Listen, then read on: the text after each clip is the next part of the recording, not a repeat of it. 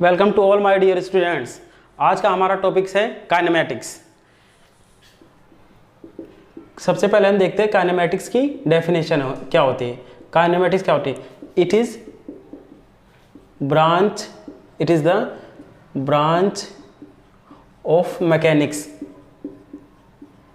It is the branch of mechanics in which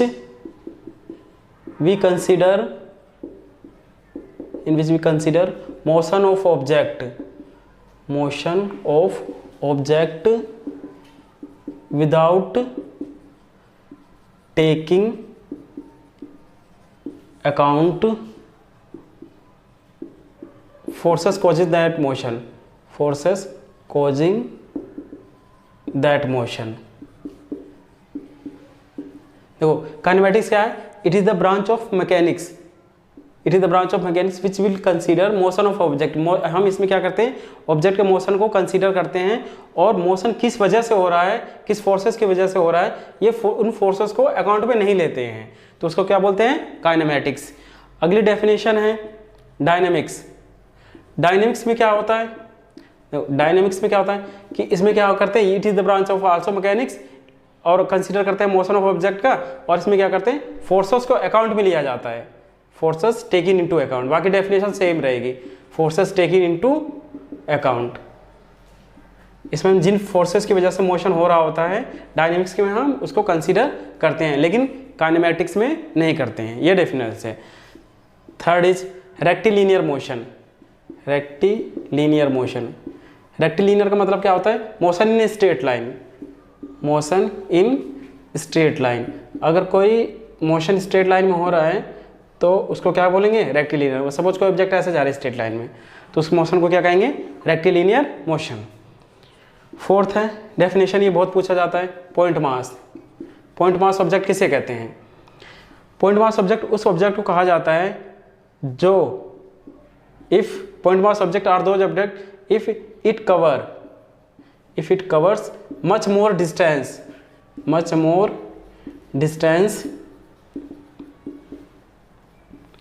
than its own size। अगर कोई object है वो क्या करता है? बहुत ज़्यादा डिस्टेंस को कवर करता है अपने साइज से ज़्यादा। अपने साइज से अगर वो बहुत ज़्यादा डिस्टेंस को कवर करता है तो उस ऑब्जेक्ट को क्या कंसीडर किया जाता है? पॉइंट मास। तो ये डेफिनेशन हुई थी कुछ। अब इसके बाद अगला देखते हैं स्केलर और वेक्टर क्वांटिटीज। पॉइंट मास समझ में आ गया। नेक्स्ट है स्केलर एंड वेक्टर क्वांटिटीज। कौन सी होती हैं? Scalar and vector quantities.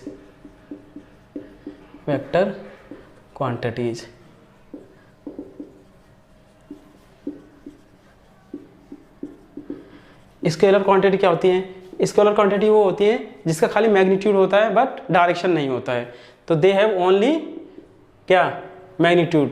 They have only magnitude. खाली क्या होता है? मैग्नीट्यूड होता है इनके पास।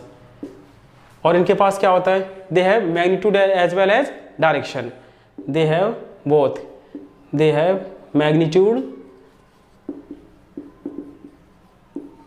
And direction. इनके पास क्या? मैग्नीट्यूड और डायरेक्शन दोनों होता है। अब इसके एग्जांपल्स कुछ देख लेते हैं। इसके एग्जांपल होते हैं स्पीड, डिस्टेंस, टाइम, टेम्परेचर। ये इसके क्या हैं? एग्जांपल हैं। और इसके एग्जांपल क्या हो सकते हैं? Velocity, displacement, acceleration, force, gravitational intensity. इनके क्या हैं? एग्जाम्पल हैं। इनमें क्योंकि मैग्नीट्यूड और डायरेक्शन दोनों होते हैं। थर्ड है दे कैन बी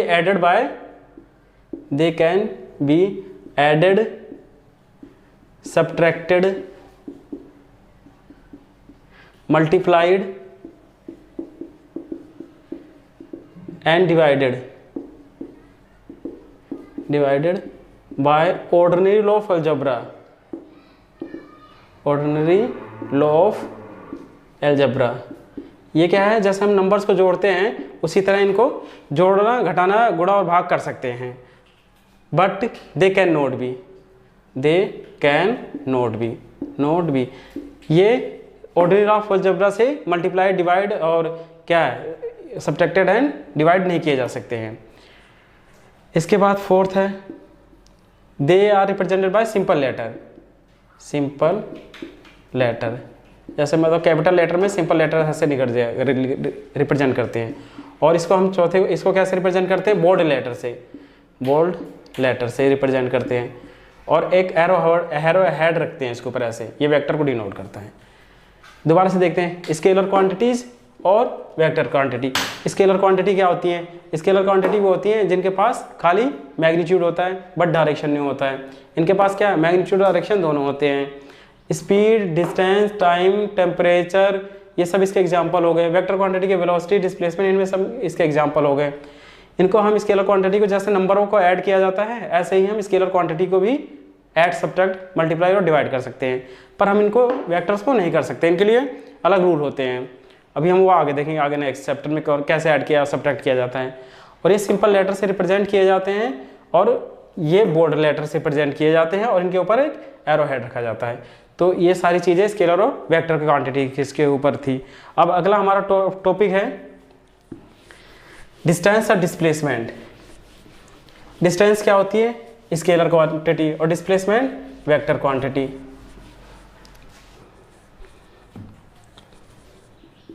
डिस्टेंस और डिस्प्लेसमेंट।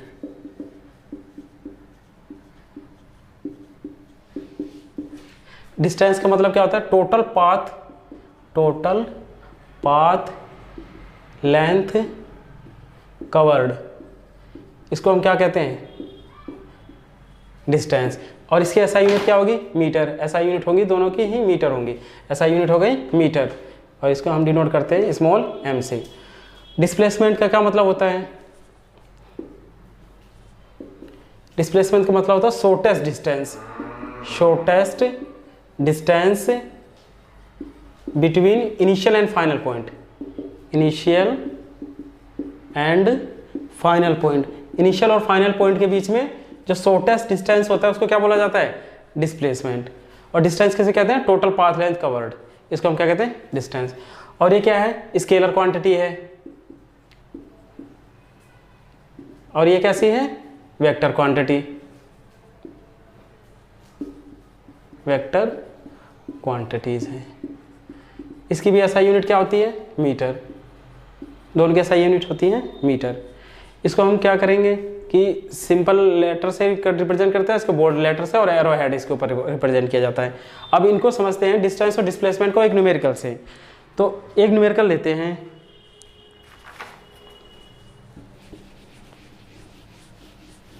डिस्प्लेसमेंट का मतलब क्या होता है, shortest distance between initial and final point, उसको बोलते हैं डिस्प्लेसमेंट। और डिस्टेंस का मतलब टोटल पाथ कवर्ड।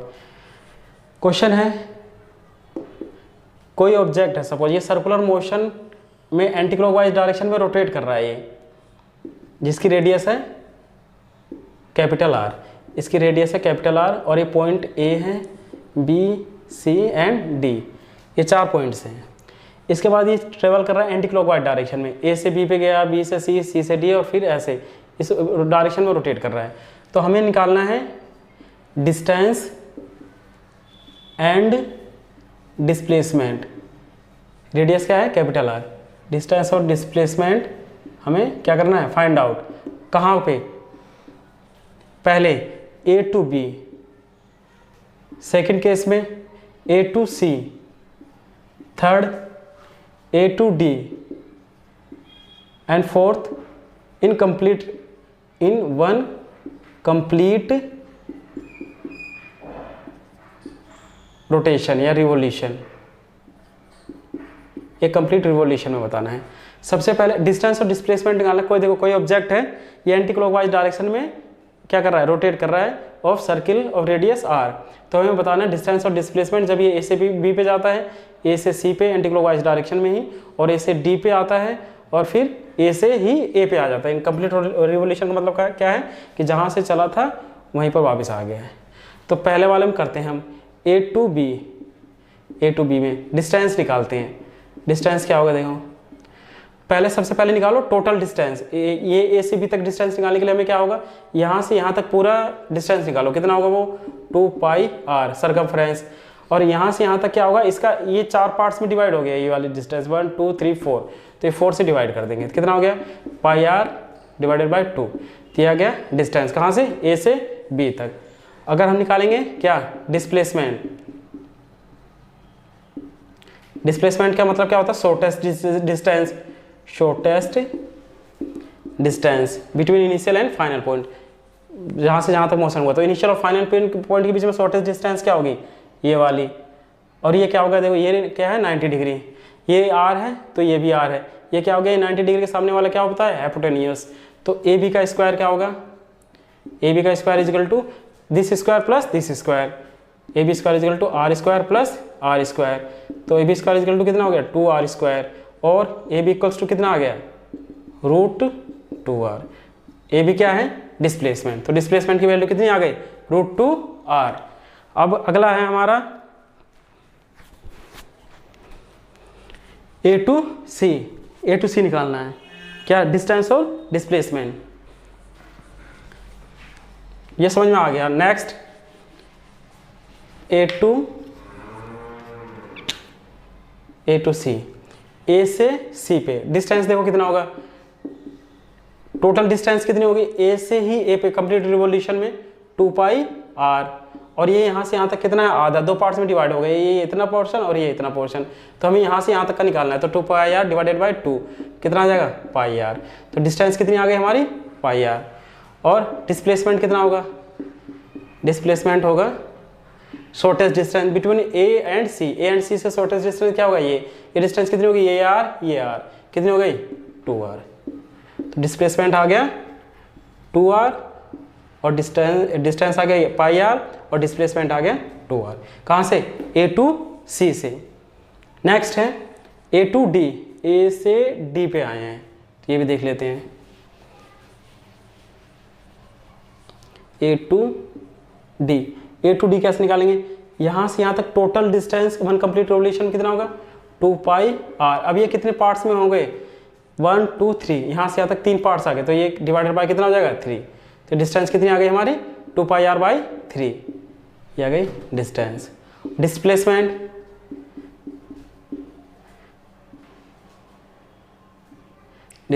देखो कितना हो जाएगा,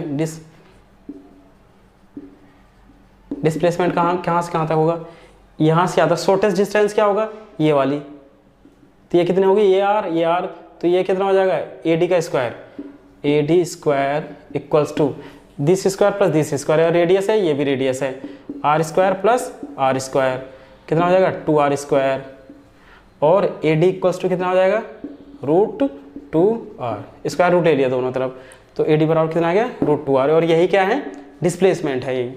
तो डिस्प्लेसमेंट कितना आ गया ए से डी तक, यहाँ से यहाँ तक शॉर्टेस्ट डिस्टेंस कितना होगा AD, तो ये वैल्यू कितनी हो गई √2r। अगला है इन वन कंप्लीट रिवोल्यूशन में डिस्टेंस और डिस्प्लेसमेंट बताना है। इन वन कंप्लीट रिवोल्यूशन में बताना है, कंप्लीट रिवोल्यूशन में क्या होगा देखो, डिस्टेंस कितना होगा यहाँ से यहाँ तक, ये तो हो जाएगा 2 पाई r, डिस्टेंस हो गया हमारा 2 पाई r। और डिस्प्लेसमेंट क्या होगा देखो, इनिशियल और फाइनल पॉइंट के बीच में कितनी डिस्टेंस, शॉर्टेस्ट डिस्टेंस, यहाँ से ये पॉइंट ऑब्जेक्ट आया, इनिशियली यहीं से चले थे और फाइनली फिर कहाँ गए, यहीं पर आ गए, तो इनिशियल और फाइनल पॉइंट के बीच में डिस्टेंस कितनी हुई 0, तो 0 डिस्प्लेसमेंट कितना आ गया 0। तो ये था डिस्टेंस और डिस्प्लेसमेंट के ऊपर न्यूमेरिकल। अगला हमारा टॉपिक है स्पीड। स्पीड कैसे होती है, स्केलर क्वांटिटी।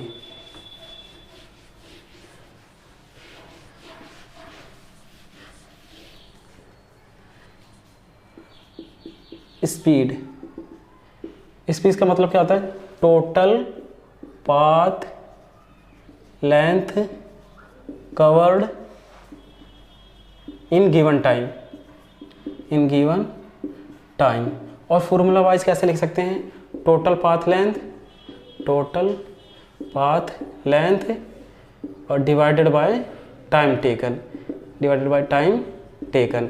ये क्या होता है, स्पीड। और स्पीड कैसी क्वांटिटी है, स्केलर, स्केलर क्वांटिटी होती है ये। इसकी यूनिट क्या होगी, यूनिट देखो स्पीड की, टोटल पाथ लेंथ की ऐसा यूनिट क्या होगी, मीटर, टाइम की क्या होती है, सेकंड, तो ऐसा यूनिट क्या हो गई, मीटर पर सेकंड, ऐसे लिख सकते हैं हम, मीटर सेकंड इनवर्स। तो ये हो गई किसके बारे में, स्पीड। अब स्पीड कितने तरह के होते हैं, देखो टाइप्स ऑफ स्पीड। पहला है uniform speed, uniform speed. Second is non uniform speed, non uniform speed. और इसको वेरिएबल स्पीड भी कहते हैं, variable speed, uniform speed, non uniform speed. Third is average speed. हमें टर्म को जानना बहुत ज़रूरी है, कौन सी क्या चीज़ होती है। Fourth is instantaneous speed, instantaneous speed. सबसे पहले है यूनिफॉर्म स्पीड, उसके बाद नॉन यूनिफॉर्म स्पीड और variable speed, third is average speed और फोर्थ इज इंस्टेंटेनियस स्पीड। तो हम इनको वन बाय वन करके भी देखते हैं कि क्या क्या होती हैं, कौन कौन सी। सबसे पहला है uniform speed, uniform speed. Uniform speed किसे कहते हैं, if a body covers equal distance, covers equal distance in equal interval of time, in equal interval of time। Equal interval of time में अगर इक्वल डिस्टेंस कवर करते हैं तो उस body को क्या कहेंगे, यूनिफॉर्म स्पीड प्रोसेस करती है वो बॉडी। इसको एग्जांपल से समझते हैं। लेट कोई कार है, ये डिस्टेंस ट्रेवल कर रही है ऐसे, इनके बीच की डिस्टेंस 5 मीटर है, 5 मीटर है, 5 मीटर है, और यहाँ से स्टार्ट हुआ ये मोशन, यहाँ से क्या हुआ स्टार्ट, यहाँ से मोशन हुआ है स्टार्ट, इस पॉइंट से यहाँ से यहाँ तक की डिस्टेंस भी कितनी है, 5 मीटर। और यहाँ से यहाँ तक अब जो टाइम ले रहा है, यहाँ से यहाँ तक जाने पहले 1 सेकेंड, फिर यहाँ 1 सेकेंड, ये 5 मीटर है, 5 मीटर सब में 5 मीटर का है, 1 सेकेंड। यहाँ से यहाँ तक जाने में ही 1 सेकेंड, यहाँ से यहाँ तक जाने में ही 1 सेकेंड, और यहाँ से यहाँ तक जाने में 1 सेकेंड। अब स्पीड क्या होगी, देखो स्पीड क्या होता है, डिस्टेंस अपन में टाइम, तो 5/1 कितना आया, 5 मीटर पर सेकेंड, 5 मीटर पर सेकेंड। इसके लिए क्या होगा, 5 मीटर पर सेकेंड। अब देखो इक्वल डिस्टेंस है, इक्वल इंटरवल ऑफ टाइम में, हर में 5 मीटर 5 मीटर 5 मीटर, और टाइम भी क्या लग रहा है, 1 सेकेंड 1 सेकेंड 1 सेकेंड। ये क्या हो जाएगा, 5 मीटर पर सेकेंड, ये भी क्या हो जाएगा 5 मीटर पर सेकेंड, ये भी क्या हो जाएगा 5 मीटर पर सेकेंड। तो स्पीड इसको क्या बोलेंगे, यूनिफॉर्म स्पीड। मतलब ये क्या कर रहे हैं, इक्वल डिस्टेंसेस कवर कर रहे हैं इक्वल इंटरवल ऑफ टाइम में, तो इसको क्या बोलेंगे, यूनिफॉर्म स्पीड। सेकंड है नॉन यूनिफॉर्म स्पीड और variable speed. Second is non uniform और वेरिएबल स्पीड। इसमें क्या होता है कि बॉडी जो कवर करती है इक्वल डिस्टेंस ट्रेवल करती है अनइक्वल इंटरवल ऑफ टाइम में, या अनइक्वल डिस्टेंस ट्रेवल करती है इक्वल इंटरवल ऑफ टाइम में। तो इसकी डेफिनेशन क्या कर सकते हैं, it covers equal distances, it cover equal distance in unequal time, एक अनइक्वल होगा, और unequal distances in equal interval of time, equal interval of time. इसको क्या कहेंगे, नॉन यूनिफॉर्म और वेरिएबल स्पीड। उसी में एग्जांपल मान लेते हैं हम, कार जो थी ये इनके बीच में डिस्टेंस कितनी है 5 मीटर, और यहाँ पे टाइम कितना लग रहा है, पहले के लिए यहाँ से यहाँ तक जाने में ये तो डिस्टेंस हो गई, और यहाँ के लिए जाने समय कितना लग रहा है 1 सेकेंड, यहाँ के लिए समय कितना लग रहा है सपोज 2 सेकेंड, यहाँ के लिए 3 सेकेंड। तो इसके लिए स्पीड क्या आ जाएगी, पहले वाले के लिए 5/1 5 मीटर पर सेकेंड, इसके लिए 5/2 मीटर पर सेकेंड, 5/3 मीटर पर सेकेंड। तो स्पीड हर जगह यहाँ पे क्या हो गई, देखो अलग अलग हो गई। तो इसको क्या बोलेंगे, नॉन यूनिफॉर्म और वेरिएबल स्पीड। थर्ड है एवरेज स्पीड। नॉन यूनिफॉर्म और वेरिएबल स्पीड समझ में आ गया होगा। Third is average speed. Average speed, average speed का मतलब क्या होता है,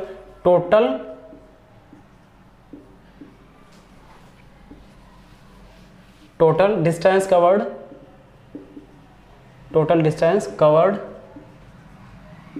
अपॉन में total time taken, total time taken, total distance cover upon में total time taken. Average speed हमारे पिक्चर में कब आती है, जब कोई बॉडी होती है वो कब कैसे मोशन होती है उसके पास, नॉन यूनिफॉर्म। जब ये इससे पहले हमने नॉन यूनिफॉर्म और एवरेज नॉन यूनिफॉर्म स्पीड को देखा था, तो वो क्या करेगी, अलग अलग डिस्टेंस ट्रेवल करेगी सेम टाइम में, या फिर सेम डिस्टेंस करेगी अलग अलग। तो हम क्या करेंगे, टोटल डिस्टेंस को ऐड कर देंगे। एग्जांपल ले लेते हैं, जैसे कि कोई बॉडी, ये एवरेज स्पीड कंसेप्ट में कब आएगा, जब ये नॉन यूनिफॉर्म और वेरिएबल स्पीड होगी, नॉन यूनिफॉर्म और वेरिएबल स्पीड में आएगी। जैसे कि ये डिस्टेंस थी कितनी, ये 5 मीटर, ये 5 मीटर और ये 5 मीटर। अब यहाँ पे जो समय लग रहा है 1 सेकेंड, सपोज यहाँ 2 सेकेंड और यहाँ 3 सेकेंड। तो टोटल डिस्टेंस कवर्ड कितना हुआ, 5 मीटर 5 मीटर 5 मीटर, कितना होगा 15 मीटर। अपॉन में टोटल टाइम टेकन कितना हुआ, 2 और 3 3 3 6, तो 15/6 मीटर कितना आ गया, एवरेज स्पीड। इसको हम क्या बोलते हैं, एवरेज स्पीड। और एवरेज स्पीड वाला जो कंसेप्ट आया है वो कहाँ से आएगा, जब बॉडी क्या प्रोसेस करेगी, हमारे पास नॉन यूनिफॉर्म और वेरिएबल स्पीड आएगी, तो वहाँ से निकाला जाता है एवरेज स्पीड। ये क्या होगा, टोटल डिस्टेंस कवर्ड अपॉन में टोटल टाइम टेकन। तो हम टोटल डिस्टेंस को टोटल टाइम से डिवाइड कर देते हैं, तो क्या आ जाता है, average speed. Fourth one is instantaneous speed.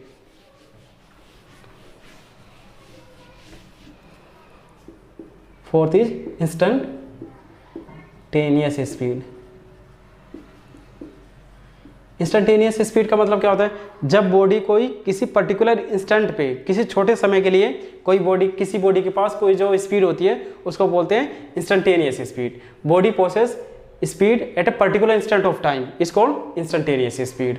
तो इसको हमें इंस्टेंटेनियस स्पीड को कैसे लिखा जाता है, जब टाइम, इसमें टाइम का ड्यूरेशन बहुत कम होता है, तो ऐसे लिमिट की फॉर्म लिखा जाता है, limit delta T tends to 0, delta distance upon में डेल्टा टी। और इसको ऐसा भी दिया जाता है डिफरेंशियल ऑपरेटर ds/dt। इसका मतलब क्या है कि जो टाइम इंटरवल होता है वो बहुत छोटा होता है, तो उसको क्या बोलते हैं, इंस्टेंटेनियस स्पीड। अब जैसे अब चारों हमने पढ़ लिया, पहले uniform speed, second non uniform speed, average speed और instantaneous speed.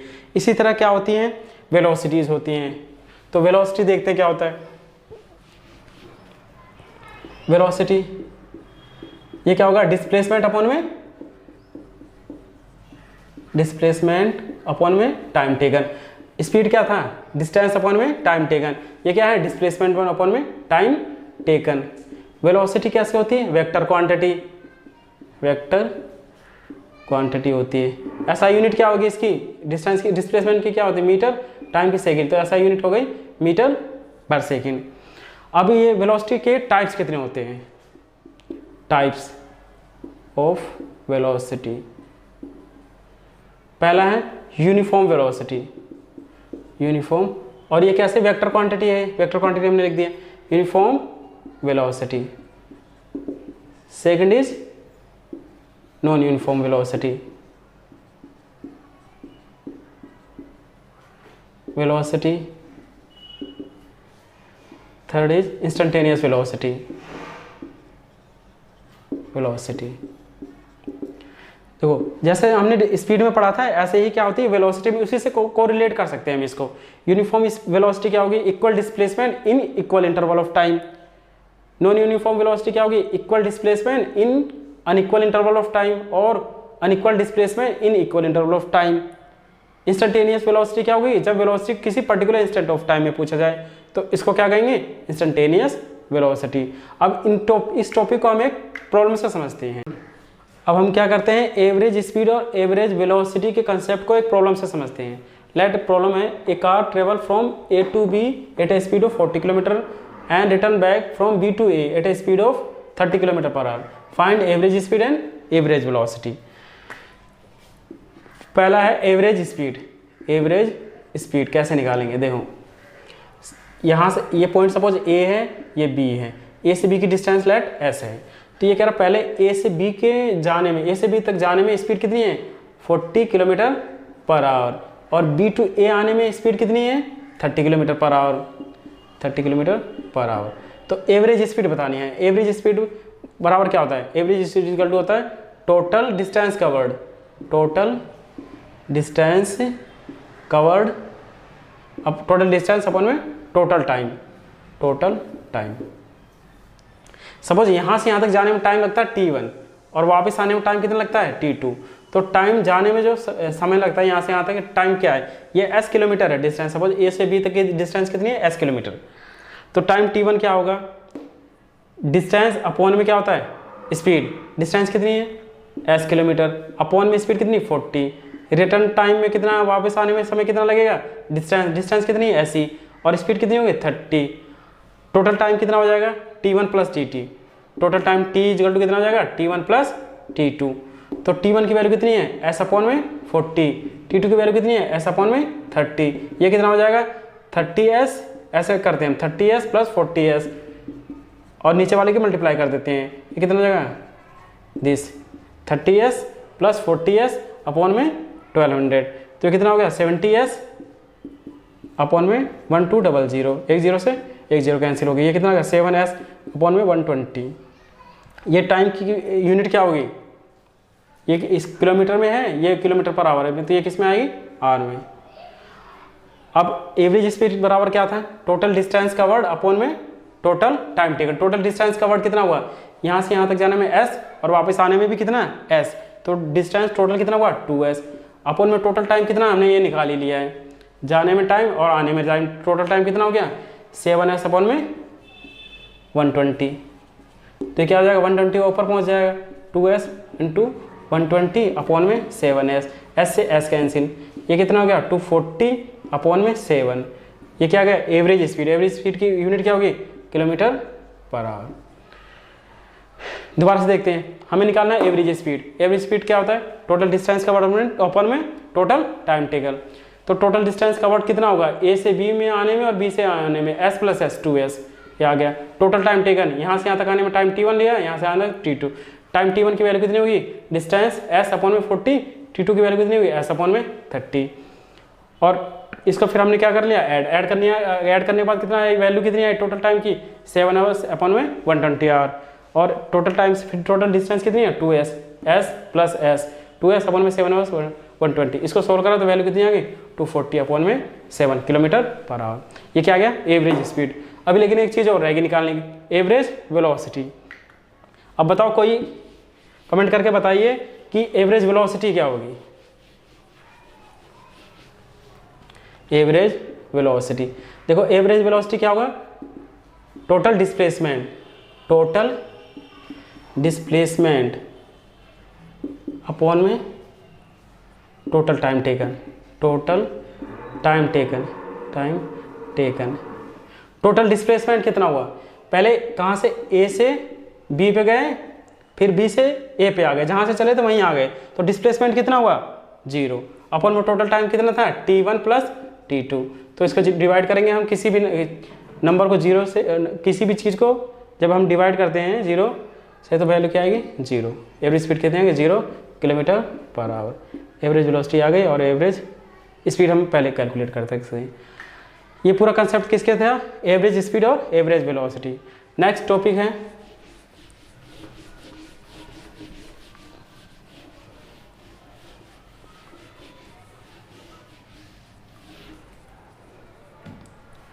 Position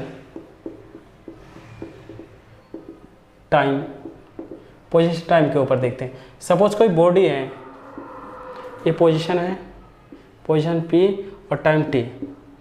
body suppose start करती है मोशन में, यहाँ से ये ओरिजिन हो गया, यहाँ से स्टार्ट करती है मोशन और ऐसे स्ट्रेट लाइन में जा रही है, ये ओरिजिन हो गया। सपोज किसी स्टैंड पे पहुँची, पॉइंट A पे और B पे, इसी डायरेक्शन में जा रही है बॉडी।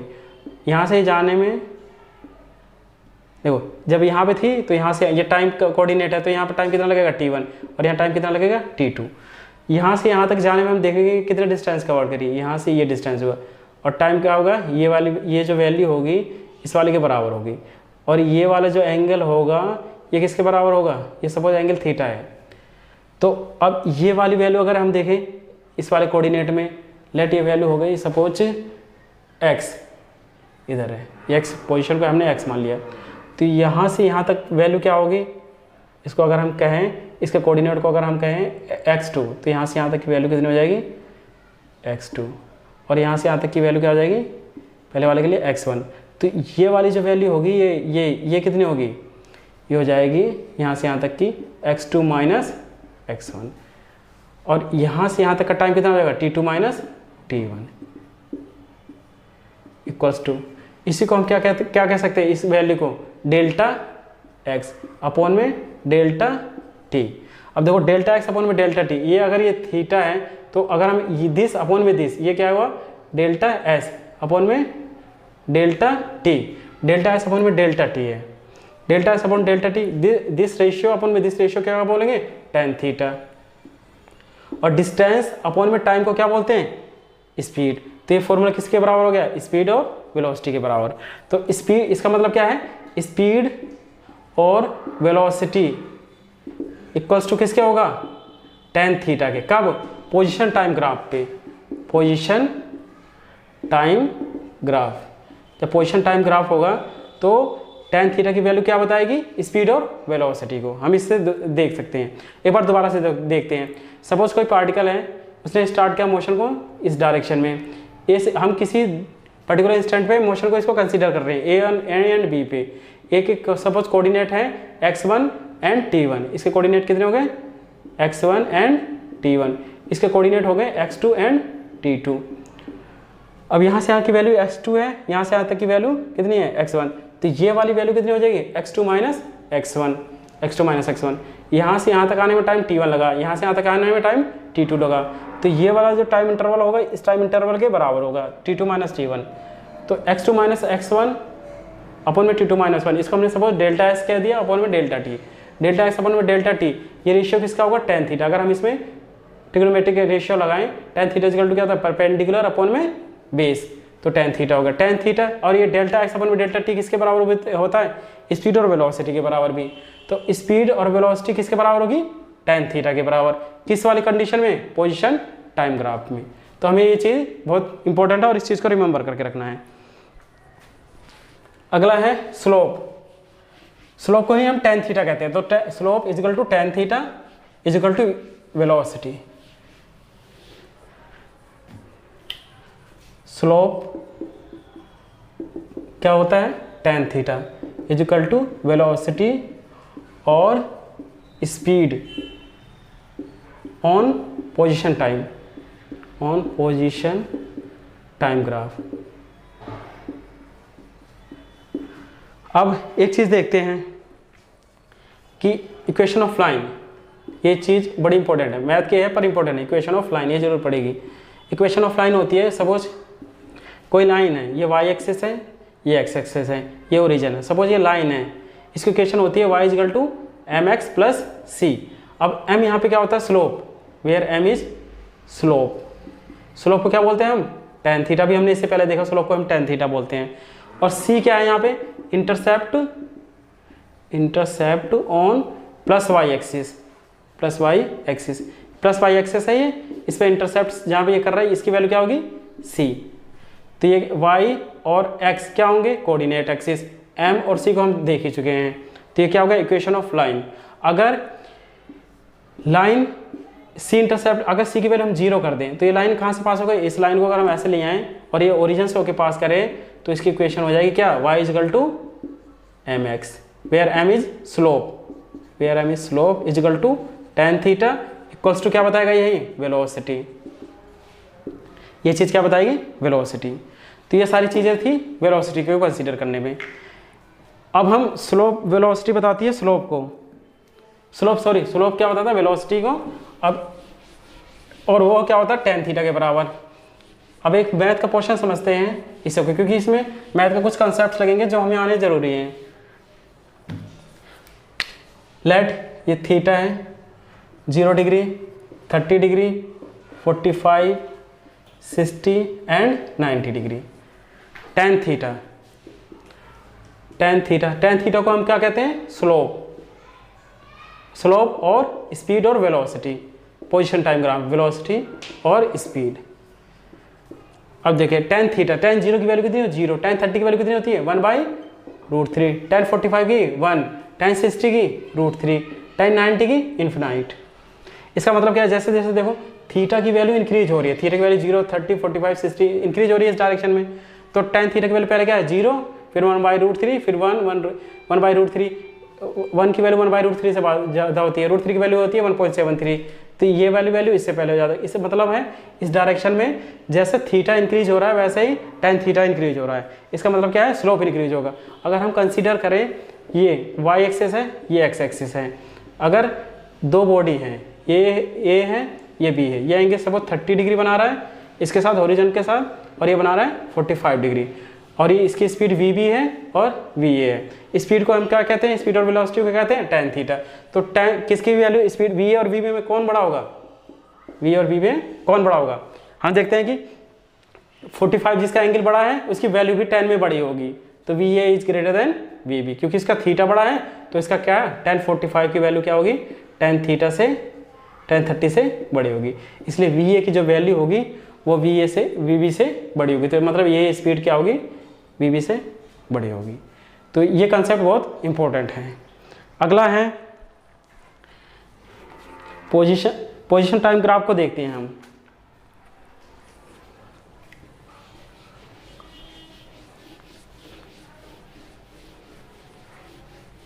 ग्राफ बहुत इंपॉर्टेंट है ये। Position time graph, position time graph, ये है ग्राफ्स। अब देखते हैं सबसे पहला ग्राफ हमारा पहला, ये पोजीशन सपोज P और ये टाइम T है, ये सपोज लाइन पैरेलल है। अगर देखो अब जब दो लाइंस आपस में पैरेलल होती है, ये लाइन इस लाइन के पैरेलल है, तो इनके बीच में थीटा कितना होगा? 0 डिग्री। अगर दो लाइन आपस में पैरेलल होती है, थीटा की वैल्यू कितनी होती है? 0 डिग्री। और टेन 0 की जो वैल्यू होती है वो कितनी होती है? 0। टेन 0 की वैल्यू 0 हो गई तो मतलब स्पीड की वैल्यू भी क्या हुई? 0। इसी को स्पीड और वेलोसिटी कहते हैं। तो वेलोसिटी कितनी हुई? 0। वेलोसिटी अगर 0 हुई मतलब ऑब्जेक्ट क्या है? चल नहीं रहा है, तो ऑब्जेक्ट कहाँ कहा जाएगा? एट रेस्ट कंडीशन पे। तो ऑब्जेक्ट मतलब ये किसका ग्राफ हो गया? मतलब ऑब्जेक्ट कहाँ पर है? At rest, object at rest. तो ऑब्जेक्ट अगर रेस्ट पे होगा तो देखो टाइम तो बढ़ रहा है इस डायरेक्शन में, लेकिन ऑब्जेक्ट जहाँ पे है हर जगह पे पोजीशन इसकी यहीं पे ही है, तो ऑब्जेक्ट कहाँ पे है? रेस्ट पे। थीटा की वैल्यू क्योंकि 0 डिग्री है और स्पीड टेन थीटा की वैल्यू 0, तो ऑब्जेक्ट क्या आ गया? रेस्ट। सेकंड है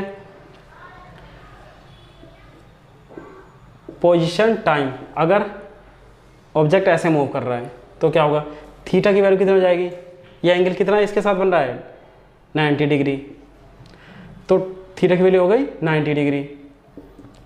टेन 90 की वैल्यू क्या होती है? अभी हमने इससे पहले देखा है, टेन 90 की वैल्यू जो होती है इनफाइनाइट होती है, तो स्पीड भी क्या हो गई? इनफाइनाइट। स्पीड इनफाइनाइट होने का मतलब क्या है कि यहाँ पे देखो टाइम तो सेम है, हर जगह पे टाइम क्या होगा? इस वाले में सेम होगा, लेकिन पोजीशन चेंज हो रही है।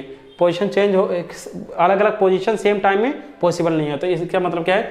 स्पीड इनफाइनाइट हो नहीं सकती। स्पीड इसका मतलब क्या है? इनफाइनाइट। एक ही अलग अलग पोजीशन सेम टाइम में कैसे पॉसिबल है? तो ये किसका ग्राफ हो जाएगा? इनफाइनाइट वेलोसिटी का। थर्ड है पोजीशन या टाइम। अगर थीटा की वैल्यू ये है, अगर ऑब्जेक्ट हमारे इस डायरेक्शन में ऐसे मूव कर रहा है तो थीटा हर जगह देखो कांस्टेंट होगा, या ऐसे हम टेंजेंट ऐसे बना के देख सकते हैं। थीटा की वैल्यू क्या है? यहाँ पे हर जगह कांस्टेंट है, थीटा कांस्टेंट। थीटा यहाँ क्या है? थर्ड वाले केस में थीटा कांस्टेंट है, तो टेन थीटा की जो वैल्यू आएगी वो भी क्या आएगी? कांस्टेंट आएगी। इसका मतलब क्या है? वेलोसिटी और स्पीड भी क्या होंगे? कांस्टेंट होंगे। दोबारा से एक बार देखते हैं पोजीशन टाइम ग्राफ। पहले ऑब्जेक्ट अगर रेस्ट पे है तो जो पोजीशन और टाइम का ग्राफ होगा वो पैरेलल, और ये क्या होगा? परपेंडिकुलर। जब ऑब्जेक्ट किस में होगा? जब ऑब्जेक्ट इनफाइनाइट वेलोसिटी शो करेगा, और ऑब्जेक्ट अगर किसी कांस्टेंट वेलोसिटी से मूव कर रहा होगा तो थीटा की वैल्यू उस टाइम क्या होगी, कांस्टेंट, तभी स्पीड कांस्टेंट होगी। अगला ग्राफ,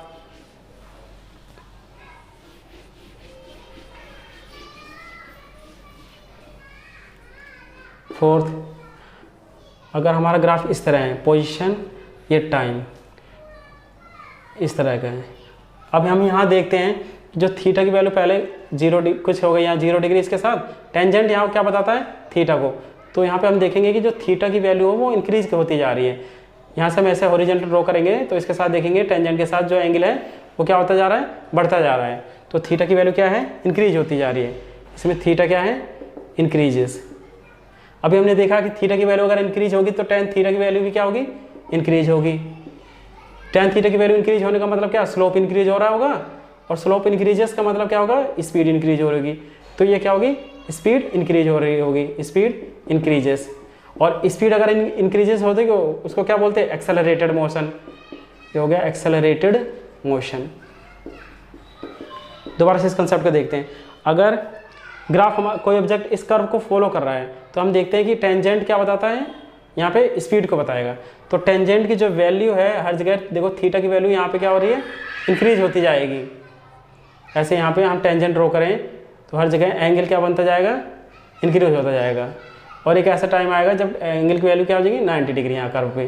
तो एंगल की वैल्यू क्या होती है, थीटा की वैल्यू इंक्रीज हो रही है। तो टेन थीटा की वैल्यू भी क्या हो रही है, इंक्रीज। टेन थीटा की वैल्यू इंक्रीज मतलब स्लोप इंक्रीज, स्लोप का इंक्रीज का मतलब स्पीड इंक्रीजेस। स्पीड इंक्रीजेस का क्या कहते हैं, एक्सेलरेटेड मोशन। तो ये ग्राफ किसका होगा, इंक्रीजिंग स्पीड का। फिफ्थ, अगर हमारा ग्राफ ऐसे होता है, ये पोजीशन है, ये टाइम है, ये ग्राफ बहुत इंपॉर्टेंट है, इस तरह। तो हम देख रहे हैं पहले यहाँ पे एंगल कुछ 90 डिग्री था, इस तरह धीरे कम हुआ कम हुआ कम हुआ। एक टाइम ऐसा आएगा जब ये टेंजेंट, जब ये वाली जो लाइन हम खींचेंगे इस लाइन के पैरेलल हो जाएगी। इसका मतलब क्या है, पहले थीटा की वैल्यू क्या हो रही है, डिक्रीज कर रही है। थीटा की वैल्यू क्या हो रही है, डिक्रीजेस। पहले 90, फिर धीरे धीरे वैल्यू ऐसे, ये जो टेंजेंट है ये पैरेलल हो जाएगा इस टाइम एक्सिस के, कोऑर्डिनेट एक्सिस के साथ। तो थीटा की वैल्यू डिक्रीजेस और टेन थीटा की वैल्यू डिक्रीजेस, तो टेन थीटा भी क्या होगा, डिक्रीज करेगा। Tan theta decreases, tan theta decrease मतलब स्लोप भी डिक्रीज करेगा, स्लोप डिक्रीजेस। स्लोप डिक्रीजेस का मतलब स्पीड भी डिक्रीजेस, स्पीड और वेलोसिटी डिक्रीजेस।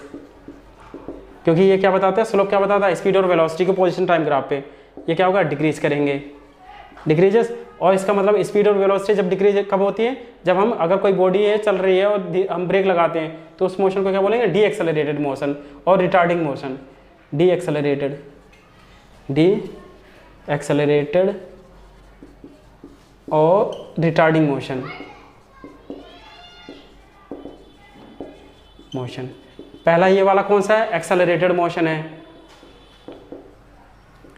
एक्सेलरेटेड। और ये क्या है, डी एक्सेलरेटेड और रिटार्डेड, रिटार्डिंग मोशन। इसमें स्पीड बढ़ती जाएगी और स्पीड धीरे धीरे घटती जाएगी। कुछ और ग्राफ हैं उनको भी देख लेते हैं। ये ग्राफ बड़े इंपॉर्टेंट्स हैं नीट के लिए भी और जेईई के लिए भी।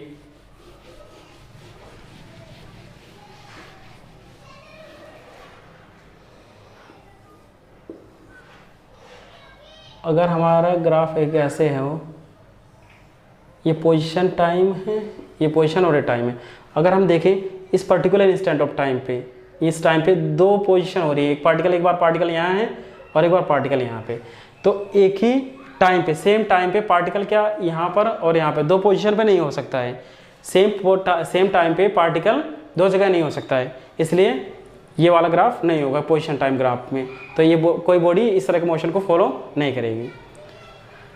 नेक्स्ट वन इज, ये पोजीशन है, ये टाइम है। अगर कोई बॉडी इस तरह मोशन करती है फिर ऐसे हो जाती है,